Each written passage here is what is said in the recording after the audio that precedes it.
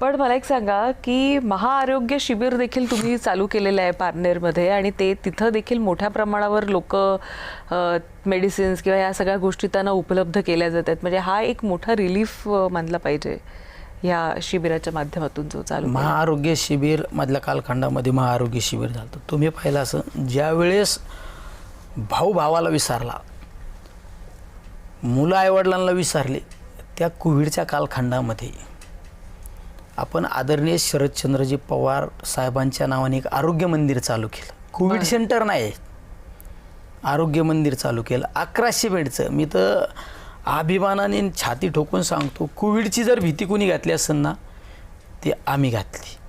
आरोग्य मंदिर चालू केलं आणि त्या आरोग्य मंदिरातून 33,000 रुग्णांना जीवनदान देण्याचं काम केलं. आज त्या कोविड सेंटरमध्ये सगळ्यात मोठं काम झालं आणि छोट्या छोट्या उपचार पद्धतीने लोक आम्ही त्या ठिकाणी कनेक्ट केलं. त्यामुळं आम्ही कायम आमचं आरोग्य हा विषय माझ्यासाठी तर एक आवडीचा विषय.